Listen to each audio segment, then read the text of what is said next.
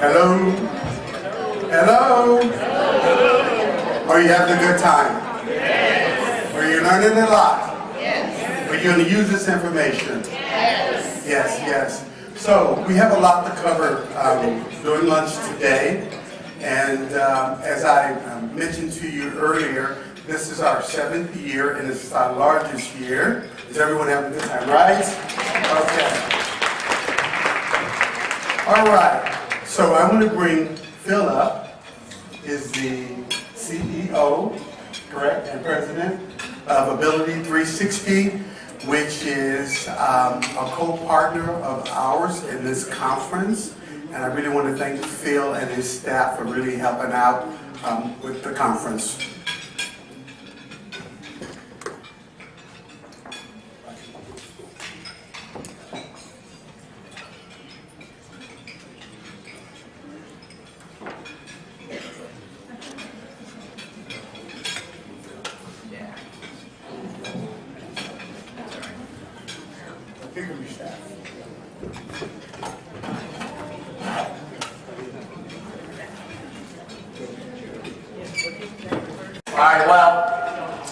So I have the pleasure of introducing our lunchtime speaker, our newly elected county recorder, Adrian Fosntes. And let me just say a little bit. I had the pleasure of meeting Adrian on a couple occasions over the last 4 months.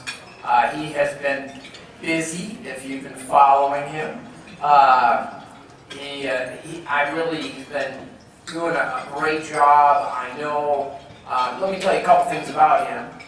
He's a native Arizonan. He's from southern Arizona, I believe, in or around Nogales. Yes. Is that correct? I believe. He holds a Juris Doctorate, which I think means he's an attorney. So don't hold it against him, right? But he's a really well. I think that means he's smart. But then again, I know not all attorneys are smart, but he's one of them. He's definitely one of the smart ones. And he also is a Sun Devil. He's a Sun Devil, and so am I.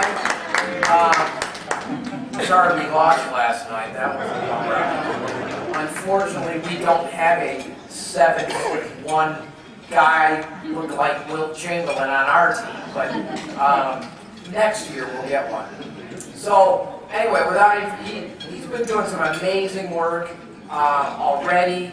He is going to talk a lot about today about how his work is going to impact people with disabilities and our ability to be able to go to the polls and to be able to vote, and also just overall some of the changes he's made to our voting process here in Maricopa County, and that hopefully we will have some better outcomes in terms of fair and impartial elections, and maybe get over some of what I'd like to think, well, not what I'd like to think, but maybe move away from some of the voter suppression kinds of things that have happened, not just here, but all across the country. Everybody needs to vote. Everybody needs the opportunity to be able to cast their vote and exercise their civil rights. So with that, give a warm welcome to Adrian Fosntes.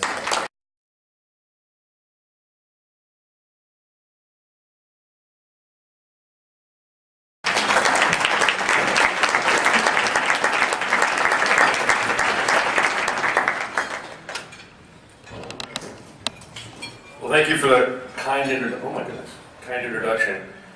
I'm preparing for my Marco Rubio moment. I don't know if I should put it over here. Poor guy. Didn't y'all feel bad for him? I did. So I am Adrian Fosntes, and just as a little biographical stuff on me to expand on all that. I did grow up down on the Mexican border. My family has been in what used to be called in ancient days Nueva Andalusia, back in the 1750s. So my family goes back many generations south of the Gila River. And as a young man, growing up down there, it was not unusual at all for us to have this interplay north and south of the border that really sort of meant for us that the border was more of an inconvenience than anything. Like Uncle Jimmy got married at Sacred Heart Catholic Church in Nogales, Arizona, and we had the reception at the Club de Leones in Nogales, Sonora. It was just a thing. A little different today, unfortunately, but and that's part of what motivates me and puts me where I'm at. For those of you that don't know, I had not been heavily involved in politics, although I had been involved a little bit before I came to this position. One of the ways that I got here was by getting angry and having that fire in the belly that so many people have, because I saw my fellow Americans being treated unfairly by a system that did not allow them the access that they needed. And that theme is not unusual, unfortunately, for a lot of folks. You see, I had been on a trip to Athens, Greece with my mom. She had promised me a graduation trip after I graduated from high school. And, you know, my sister and I, there's just two of us. She took my sister to China for a month, and I got Athens for 11 days. So I'm not complaining, it's kind of nice. But we had landed on Monday, March 21st, and of course March 22nd, 2016 was the day of the presidential preference election. And being in Athens was amazing. These marble sidewalks that had been around for literally centuries, right? These neighborhoods that had roads that were too narrow for cars, and this amazing history in a place that had seen war and survived pestilence and had been invaded and had economic fluctuations not seen by many of America's newer cities. By comparison, nascent stage cities. Phoenix is only, you know, what, a couple decades old for all intents and purposes, as compared to a place where the people had been surviving for millennia. It was inspiring. And the ideas of democracy and self-rule and so on and so forth really had me in a very sort of lofty intellectual place. And then the day after we landed back here in Phoenix, I was helping with one of the presidential campaigns. And about 10 o'clock in the morning, I had gone in to volunteer, and we started getting phone calls with long lines all over the county. And the calls became more frequent, and the lines became longer, and there didn't seem to be any respite for the voters who were in those long lines. And it got more and more desperate until late in the afternoon we got a call of a heavy police presence at one particular location up on 42nd Street in Thomas, for those of you that are familiar with the Central Phoenix corridor. And the church had a line around the block by the time we got there, and there were several police cars, and the lights were going on, and it was becoming dusk, and I saw the lines and the cars, and the desperation was thick in the air. And by the way, the police were there because one of the voters had been struck by a vehicle trying to cross back over to Thomas because there wasn't parking on that side of the road. And as all of you know, Thomas in rush hour is a very busy thoroughfare. And it really looked like a third world country, not to disparage third world countries, but it really didn't look like a voting place in America. And people were walking away because they didn't have time to stand in line. They had to get their kids ready for school the next day and prepare lunches. They had to go to their next job. They had to prepare themselves for life and to continue forward with doing what they were doing. And so because of the poll tax of time, because time is money in our society, they were denied the right to vote. And that sat so hard in my stomach that it was later that evening that I decided that I was going to run for Maricopa County Recorder, the chief election officer in the third largest voting district in the country. I do appreciate that, but the applause goes to all the people that helped me get elected, because frankly we had no money. We started with a very, very, very ragtag. I like to tell people we were like the Millennium Falcon of campaigns, just kind of a bunch of stuff thrown together and off you go. So sorry for the Star Wars. Actually, I'm not sorry for the Star Wars. I like Star Wars. But so late that evening, I made that decision, and we moved forward with our campaign. We were victorious, and so 13 months now, just about 12 and a half months, we've been moving forward. And what I want to do today is talk a little bit about some of the things that we've been able to do that are most pertinent, I think, for all of us. Because access and achieving those fundamental rights is important for every single one of us as eligible U.S. citizen voters. And I make those qualifications purposefully. It's a key component, as we all know, to a strong and functioning democracy. And now, not all of you would have any reason at all to understand why this particular luncheon and this particular keynote is so important to me. When I was 6 years old, my grandmother suffered a stroke, and it completely paralyzed the entire right-hand side of her body. And she was, from that point forward, in a wheelchair. And as a 6-year-old boy, it seemed to me just a natural part of the way things were, right? I didn't have a long history of being encultured into having a grandmother that was my father's mother who could, get around without that sort of assistance. And so having that as part of where I was also put me in a place to understand in Nogales, Arizona, not exactly the cosmopolitan center of finance or arts or the universe, although a great place to grow up, there weren't always accessible facilities. There weren't always ways to get her where she needed to go. And the lack of dignity on the occasional transportation or movement from point A to point B really was just something that I grew up to think was just what we had to deal with at the time, because I didn't know any different. And so there were some places that were just too problematic to get to, and so we just kind of dealt with it. But I can assure you that that is not the way voting access will be as long as I'm the Maricopa County Recorder. We're not just going to deal with it, we're going to do something about it. And that's where we've moved towards. Now, I've spent my first year in office reaching out to community groups of all shapes and sizes and colors and creeds and abilities.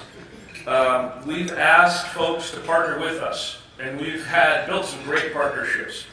And that's why we started the community roundtable discussions, so that we could highlight a lot of the circumstances that voters were dealing with and have those brought to our attention so that we could actually address these. We did highlight in our first discussion the new ballot on demand system and the self-check-in system that was important. And in that first discussion, issues about accessibility came right up. And we were glad about that, because I can't deal with a problem unless somebody tells me about it. And there's plenty of people in here who will tell me about the problems. I think we're all those in here. Yeah. Oh, yeah. Thank you for keeping us in check. So these conversations have to continue, and that's what I want to talk a little bit about. I want to share with you some of the examples of the challenges that the communities have identified with us, and that we've been able to correct immediately, what we've learned in the process, and some of the things that we're still working on. Almost immediately, we discovered that during elections, some of our voting locations, the accessible voting machines, were not even turned on. And I will tell you, we heard over and over again about board workers not having the edge machines at polling places on, but in some instances, they weren't even out of their cases and set up. And that's not only unacceptable, it's also illegal, and frankly, it's stupid.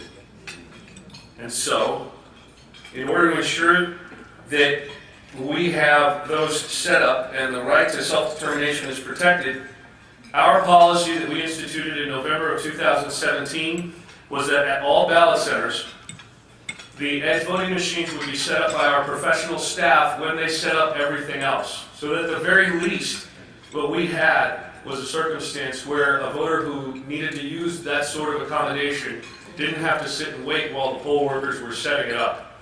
Now, getting them to turn it on, that's not exactly a hard thing to do either, because we're now calling them and saying, make sure it's turned on as we move forward. So that's one simple fix that we put in place, that our folks who are actually setting up the polling place before Election Day are setting up the X machines. And it seems like a no-brainer, doesn't it? I mean, this just seems like something that should have been done. And well, now it is. At our second roundtable discussion, our friend Jordan, who I actually met for the first time today, had indicated, because I wasn't at that particular roundtable, he vouched for this change, and he told us that he was glad. Now, this is an example. Is Jordan in here? You raise your hand, Jordan. There he is, over there. Give him a round of applause, because he keeps us in line. And he votes in person so that he can call us if we're not doing well. Right? He's like a voting administrator's cop, and we appreciate that. There's a lot of you out there, so thanks. Thanks. And that's kind of a devotion, right, to ensure that the process, not just for him personally, but for everyone, is fair, and that it upholds all of those ideals that we want to be good stewards of. And while we're working on this, I learned that there's a lot of folks who want the option to vote in person on Election Day, not just by mail, and that's fine, and that's fair. And we want to have that available for people, right? And so making sure that these devices are available, comfortable, and easy to use is important. Our community relations team in particular, Chatham kids, who I don't know if you all know him, but Chatham, raise your hand over here. He's really good at reaching out. We took an edge machine, loaded up with a mock election out so that, where did that happen, Chatham? I can't remember. I skipped the line. I'm usually not good at like written down speeches, so you'll forgive me a little bit. Anyway, there are a whole list that I just remember this morning. I told them, take that list out. Nobody wants to hear lists. There's a whole list of different facilities and places where Chatham has actually taken out the equipment like we have set up here so that folks can actually get used to using it and learn about how. Because that's part of the idea of access. Just being in the place at the time is, in many instances, not enough. Sometimes you've got to understand a little bit about how. And I'll give you a little example of that. We have this budgeting thing that we do with kids in high schools. We take our voting equipment over and they can participatory budgeting, if you've heard of the program.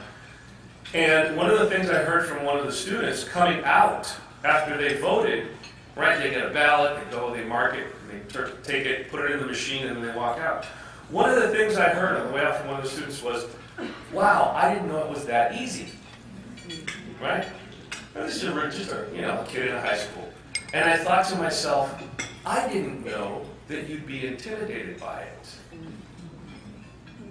And so what of folks that have to use a different piece of equipment that they may never have seen before, they may never have interacted with, or for whatever reason is not a part of their routine? Of course we have to help folks understand how this happens. But it's got to be something that we have in our space for consideration. So it's not enough to be engaged, but we have to make sure that all of these needs get met. Some of these opportunities present themselves with a situation we had with Mark from Gompers. Is Mark in here? I told him that I was going to be mentioning him and his organization. So you all are familiar with Gompers, and what happened was they invited us to come out and tour the facility, and Chatham went out and he met some folks, and lo and behold, what ended up happening? Chatham registered 33 voters on that first visit out to Gompers. But better than that, once the November election rolled around, Chatham went back with what's called a special election board and assisted a lot of these new voters in actually voting. Now, some of you might not know what a special election board is. I'll describe it briefly. Under federal law, we have the capacity to deploy a team called a special election board. It's usually two people of differing political parties. And they will go assist voters who, for whatever reason, aren't able to vote on their own. They will certify those ballots and bring them back. am very proud to say that in last year's budget, to begin within the next couple of, it actually opens up on March 1st, I got the Board of Supervisors to give us a new full-time position in the Maricopa County Elections Department for a special election board coordinator.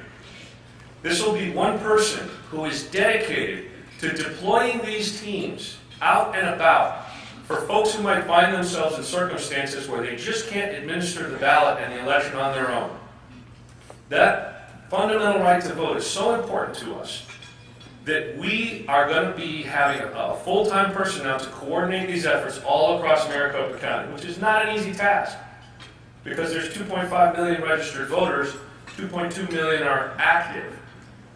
That means they voted in the last couple of elections. But think about that for a minute. The job of sending out folks to go help someone vote has never been a full-time position priority for Maricopa County. It is now. And that's one of the proudest achievements that we have, because while it seems bureaucratic and behind the scenes, trust me, we're going to be getting to folks who have been, for whatever other reason, incapable of exercising that fundamental right. And that's a priority of our office. Now, we also want to make sure that we get to the place where we're protecting all of your rights to self-determination. And as we continue talking about voting equipment or special election boards, meeting those needs of bringing the election to you or bringing the election in a way that everyone is able of doing it, sometimes becomes difficult. Sometimes we have to grapple with some very difficult issues. Issues that relate not only to the law, but to human dignity. This conversation has to continue to evolve. And it has to continue to be difficult. Difficult for administrators like me, who have to consider resources, budgets, deployment of folks and logistics and all that. And important to folks who have to have access to that fundamental right. We have to have, and we do have, you do have an open invitation. Talk to us about the issues. Continue to have the conversation with us, either in person or in whatever other way we can communicate, to get these things on the table for discussion. I can't solve every problem, but the problems that I'm not aware of, I won't solve, because I'm not aware that they exist. I expect that we have to continue to uncover challenges in accessibility as we move forward. And again, I know some of these conversations can be very difficult. And every once in a while, sadly, given current circumstances, sometimes I have to say, I don't know if I can do that. And that's terrible, because the highest standard is that every eligible U.S. citizen has this fundamental right preserved. And if I have to say I can't, that's a bad thing, and it shouldn't be happening. We're not afraid to meet these challenges, as difficult as they may be in some circumstances. And I'm also not afraid to stand here before you and tell you that access to the ballot, access to fulfilling that fundamental right, is a priority. And I'm willing to be challenged and to try as hard as we can to meet that challenge. Our process is one that's built on engagement and discovery and the appropriate decision-making that involves all communities. That's why we speak to all communities. That's one of the reasons why I'm here. I want to continue maintaining that open door of access to the election officer who's responsible for more votes than any elected in the United States of America as a direct administrator. That's heavy stuff, and it's scary. Maricopa County's number 3 right now. We beat Harris County last year, by the way. Maybe Tom can confirm that for us in the back there. But look, folks, just to wrap this up, I've got to tell you, it is an honor to be here, to be able to fight this fight, to be the person charged with making these things happen. As difficult as some of this may be, I'm excited about it. I'm excited about your continued input. I'm excited about continuing to make sure that accessibility to the ballot, regardless of the reasons why access may have been denied in the past, we've got to open this up all the way across the board. And that's what we're really hoping to do by maintaining and continuing to build and strengthen the partnerships that we have with all facets of our community. And so thank you very much for your attention this afternoon. Thank you so much for the invitation. It is a great honor for me to be here in front of you all. I hope the lunch was delicious, and I hope you have a wonderful rest of your conference. Thank you very much.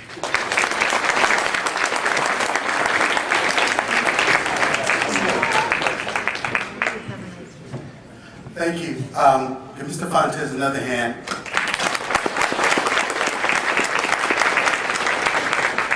You know, a lot of times people don't really realize that voters with a disability, they are a very large voting bloc that really have not been tapped into. So we would encourage you to make sure that your friends are registered to vote, casting a vote. If they have any difficulties with the polling place, please give us a call at the Arizona Center for Disability Law. So now we're going to bring up Representative Bolden. He's going to give us an update on state legislation impacting people with disabilities. Please give Mr. Bolden a hand. Thank you.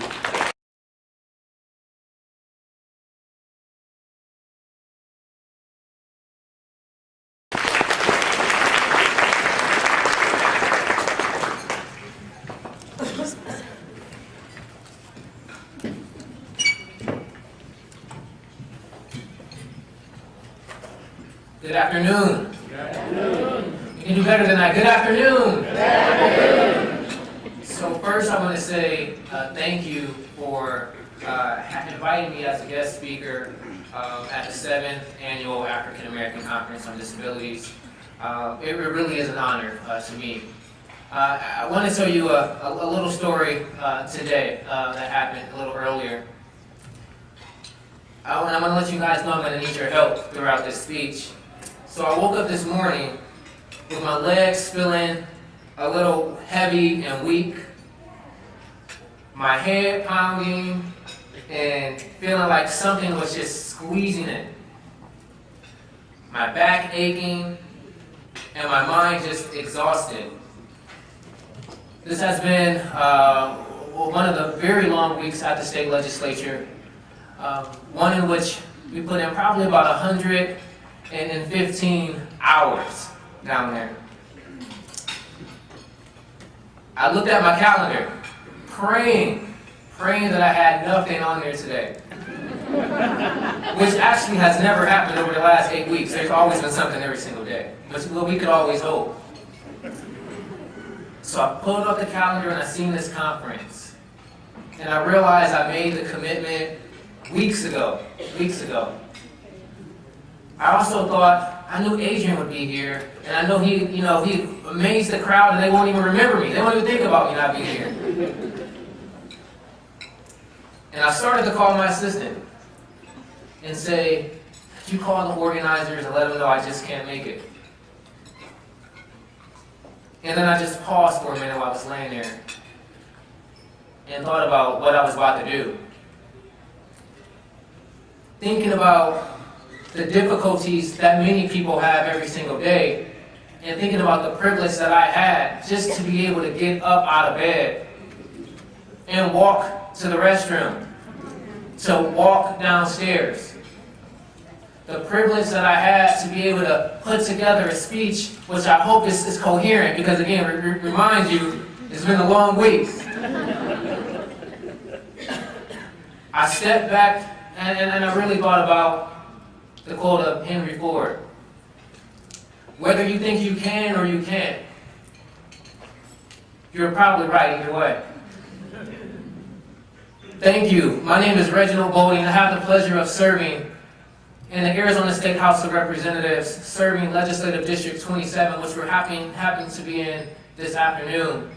It's a district in which I'm truly blessed to represent, and over the last 4 years, I can tell you has been truly one of the top honors of my life. It's been one of the top honors of my life because many times we don't know who we need to be the voice for. Down at the state capitol, many times voices go unheard. For many of you who don't know, I spent the last 3 years as the only African American in the state legislature, which meant that we were almost in a position to not have that African American voice heard. When I think about this conference, when I think about our community, when I think about what this conference stands for, I'm inspired, and I truly believe that we will have people in this room working and representing with me this next year, because we know that voice needs to get heard. Over this past year, there has been a number of different pieces of legislation that we truly believe has the ability to make an impact. Some that I have had the ability to vote on, others that I had the ability to vote push for, and others push against. There's a couple of bills that I want to mention today. So one is House Bill 2022. And what this bill does is it appropriates $1.6 million from the state general fund to the Arizona Schools of Deaf and Blind for early childhood and education programs. That's a round of applause for that, and that absolutely passed. That was important because, as you may have known, last year there was a small teacher raise that went through the state legislature. But as you can imagine, if your voice is not in the room, sometimes you could be overlooked. And our state legislature did not give any teachers who were at the Arizona School of Deaf and Blind their 2% raise. So this is a fix for that. That's the need why we need to have people in these rooms. We have another bill, and this bill may help individuals specifically who may have disability placards. So House Bill 2317 removes the 5-year renewal requirements for disability placards and makes it permanent.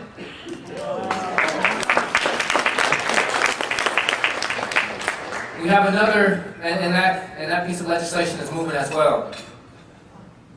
There's another piece of legislation that I want to mention today, which is House Bill 2162. And what it does is it mandates that state agencies, political subdivisions that have parking accessible spaces for vans, which tends to be a little wider. We have now decided to set the norm that all spaces will actually have that space, so people who may not have vans, they still get the access and the ability that they need. There are a number of pieces of legislation that's important that I want to continue to engage and make sure that our community is down there continuously fighting for. I am so excited to be here, specifically as a former educator, and I gotta correct myself every time I say former educator. It's like once you're an educator, you're always an educator. And as an educator, and as a brother, my younger brother, Darius, lives in Ohio. He he is someone who had disabilities growing up, and for us, we never had the conversation. We knew that there was something that was different about Darius, but we never knew what it was. And I think for many times in communities, and particularly I think our African American community, we have to be willing to have the conversation, and we have to be willing to step up for people, no matter what we think or what we perceive others may think about them. And I can tell you, Darius is probably one of the smartest, intelligent people I know. Just thinking about him continues to inspire me. He's the reason why I joined an organization to become a teacher, and he's the reason why I continue to fight for communities, specifically communities that may not have a voice at our state legislature. So thank you so much for having me. I look forward to engaging in conversation as much as I can, and so I have to run back out of here. But again, with that, thank you so much for having me.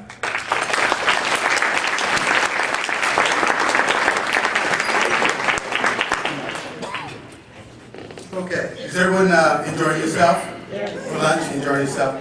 We have one more speaker. We have a guest speaker. I saw Commissioner Hicks this morning, and I knew he was coming in from Washington, D.C., and I asked him would he come up and just talk with us about what's going on at the national level in terms of the election cycle and any other issue he would like to talk about.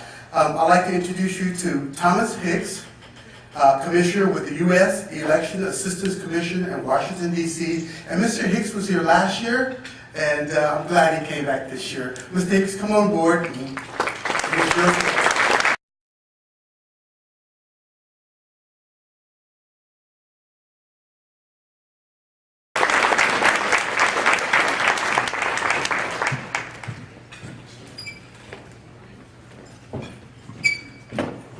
So I get to be third, and then Trick the Fan starts to kick in. And I'm thinking of it a little bit like Thanksgiving.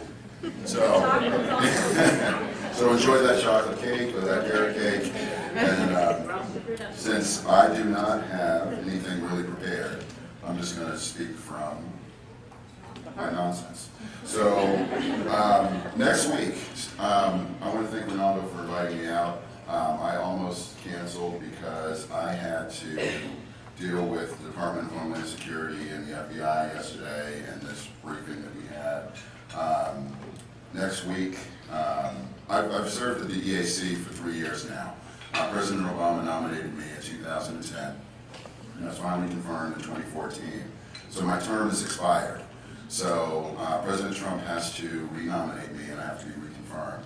So I've gone through, I started to do my song and dance and jump to the hoops and all that. But there's a difference now in the position that I've before from when I was in the nomination process, because I'm already in the seat.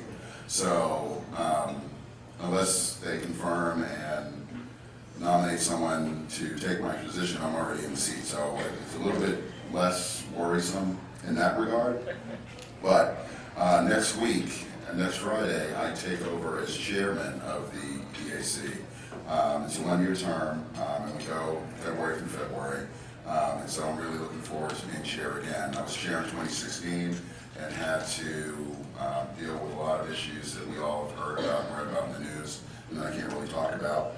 And there's another news feed going on today that I'm sure a lot of folks have already seen that I'm flying back to DC tomorrow morning, really early, but I am on Sunday morning going down to the FBI to be briefed on exactly what's going on and what happened in 2016 and moving forward. So I'm considering you all family, so we're eating that Thanksgiving dinner, and even though there's cameras on, I'm giving you all a little information. Right? So that being said, we all know that there are things that, how do I say it, and not lose my security clearance.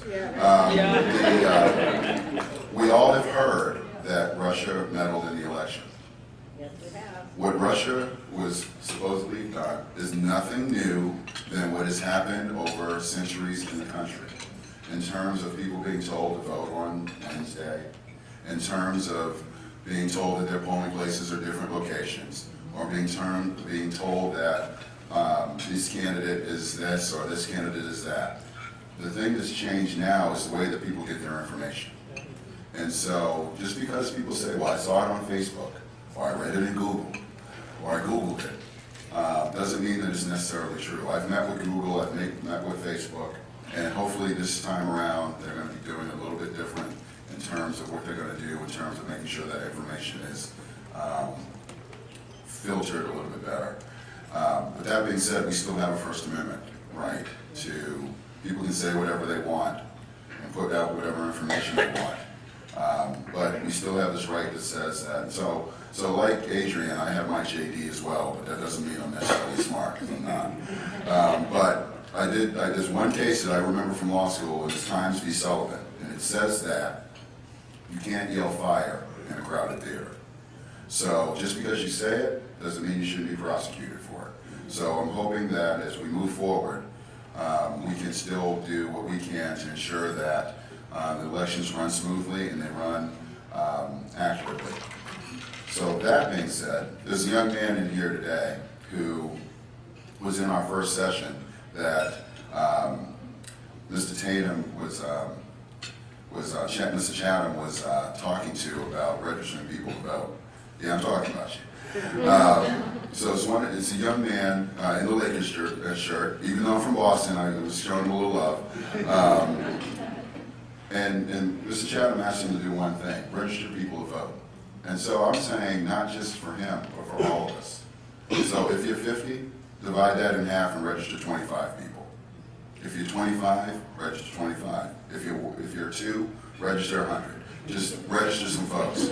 So that we can, and it's hard, but it's easy. We all talk to folks. We say, hey, how was your day? Are you registered to vote? It's not that hard. Hey, you get your driver's license? Did you register to vote? How's that mortgage? Register to vote. So, it's not that hard. You can always talk to someone about that, right? So, I'm not going to take up too much more time. I just want 2 more things. Okay. Still 2 more things. One, when the government shut down in January, we were supposed to vote on our voluntary voting system guidelines. We have 3 boards within the EAC: a standards board, board of advisors, which I am the designated federal officer for, and our technical guidelines committee, which developed these guidelines. Those guidelines are what's used for the certification of voting equipment, and they haven't been really updated since 2007. And so if you think back to 2007, that's when the iPhone came out. So if you think about our voting system guidelines are not updated for what we have now in terms of technology and in terms of other aspects in everyday life, we need to update those. So I've been pushing my fellow commissioners, and hopefully we're going to have a meeting in April. One of the problems with government procurement is that it takes a long time to get things done, and we have to be careful so we're not running off to Vegas to have a conference, because then it looks bad. But we were end up having the conference down in Miami in January, which kind of concerned me, but we bid it out. We looked at Atlanta, we looked at Memphis, we looked at other aspects, but Miami came in the cheapest. So we're going to have that meeting, and we're going to have that vote, and hopefully have those guidelines passed by the middle of this year, so that you can go to the machine manufacturers and say, well, these guidelines said this, why can't you get that done? And the other aspect of that is, one of the things I was very happy about when I was chair in 2016 is this card. And you might not be able to see it from where you are right now, but we have a number of them out on the voting booth vendor display out here.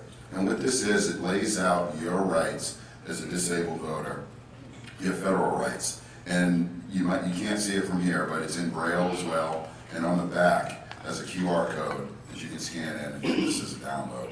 We also have a wallet insert as well that you can take with you. So I implore you to get that out there, to also have those rights when you go out and so forth.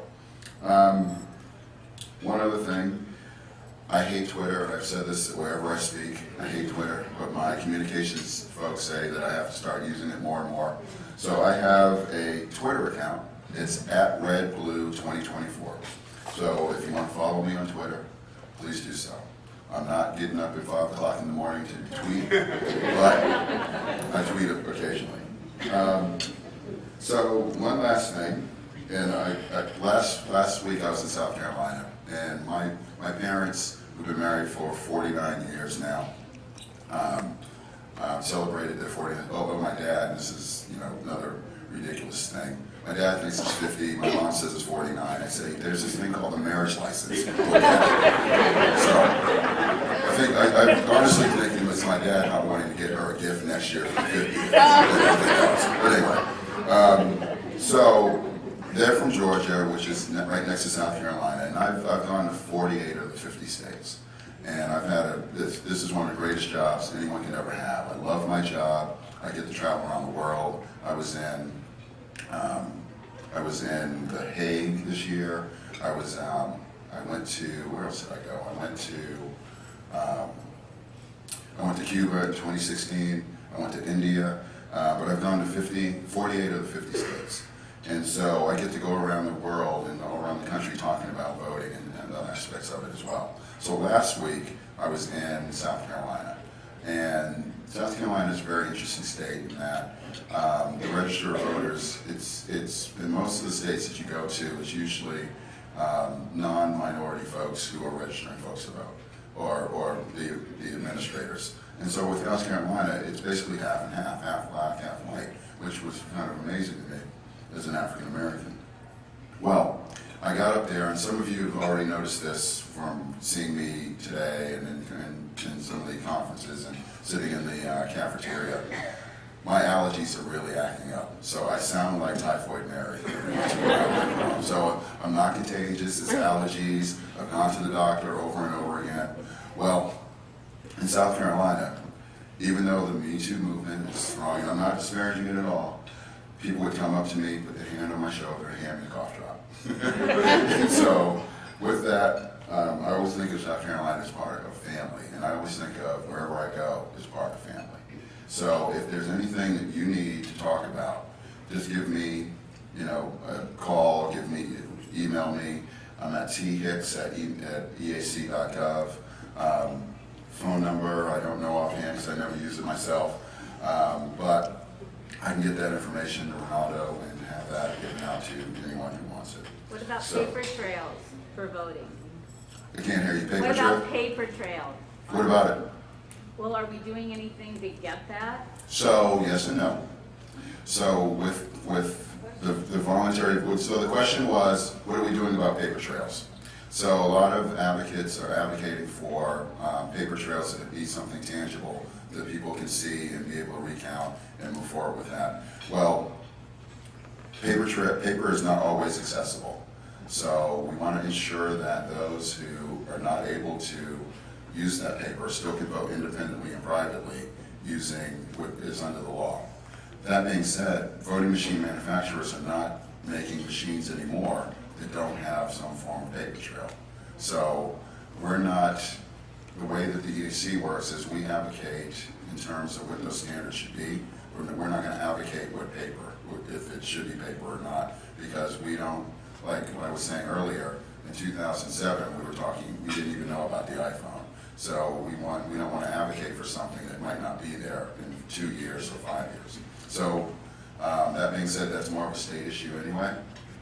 So you should have grabbed Adrian before he left out of here. But that's it. Any other questions? It's got to be 1, 2. All right. So that's all I have. Again, I'll be here.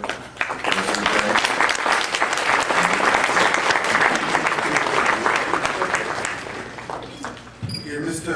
Hicks another round of applause. I'm going to make a personal observation. For this conference, we worked very hard to reach out to the community in Arizona, the entire community. And sometimes it's been a struggle that we have people who travel from Washington, D.C. to come to our event, and we have people locally who don't bother to spend time with us. So for those who weren't here and people you think should have been here, please let them know what they missed today, which is a great treat, okay? So are you guys having a good time? Okay, so take a look at the room. The room is full. You see that? This is our 7th year, and like I mentioned to you earlier, this conference started with a 15-minute conversation. And I'm going to talk about a 15-minute conversation. We have people throughout Arizona. Anybody from out of state? Anybody from out of state? So we have folks traveling from out of state to the conference. Do we have anyone from out of the country? Yes. We have a delegation from the Republic of Congo who came to the conference today. Specifically, they flew in last night to attend the African American Conference on Disabilities in Phoenix, Arizona.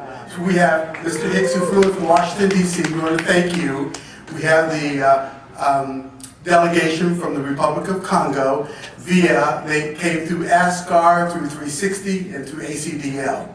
Okay, so I'm really proud of that, that this conference is growing and we're having an influence. And the delegation is looking for information.